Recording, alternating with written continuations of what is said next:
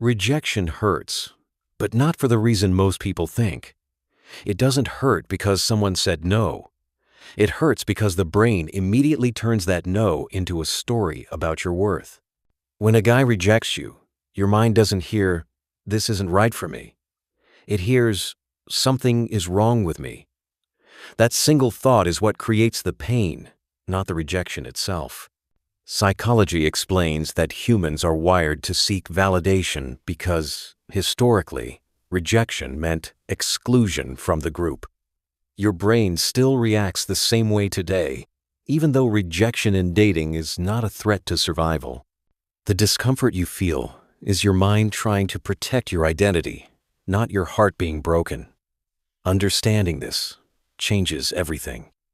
One of the biggest mistakes people make after rejection is trying to get answers from the other person.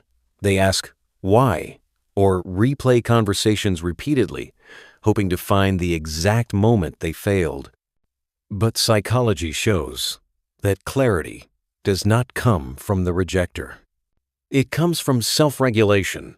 Most people don't reject because of one flaw. They reject because of timing, preferences, emotional readiness, or compatibility things outside your control. Another common reaction is self-blame. The mind starts listing reasons: not attractive enough, not interesting enough, not enough in some way. This is called internal attribution bias, where the brain assumes negative outcomes are caused by personal defects. Emotionally intelligent people do the opposite. They see rejection as information, not evaluation. Here is the calm truth. Rejection is not a verdict. It is a filter. It removes situations that don't align with you. When someone rejects you, they are not saying you are unworthy.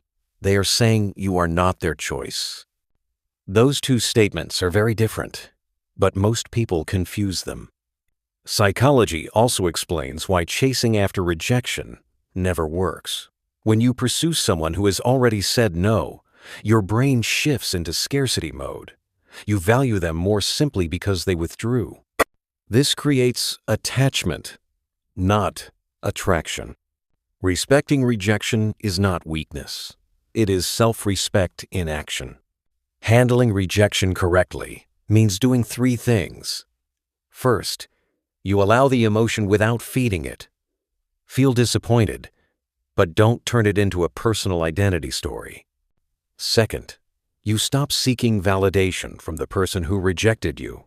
Closure does not come from them.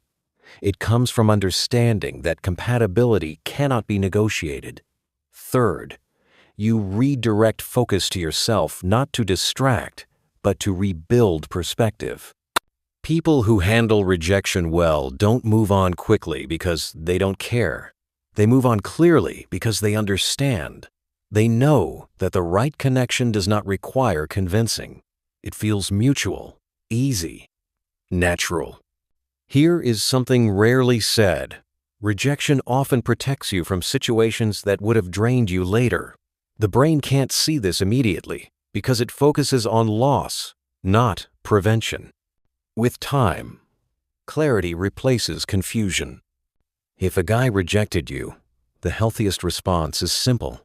Accept the information, respect the boundary, keep your dignity, and remember attraction that needs persuasion is never stable. Rejection does not lower your value. It simply redirects your path. If this video helped you think differently about rejection, like it so more people can understand this calmly. Subscribe for psychology-based clarity on emotions, relationships, and the mind. And remember, understanding always gives you power.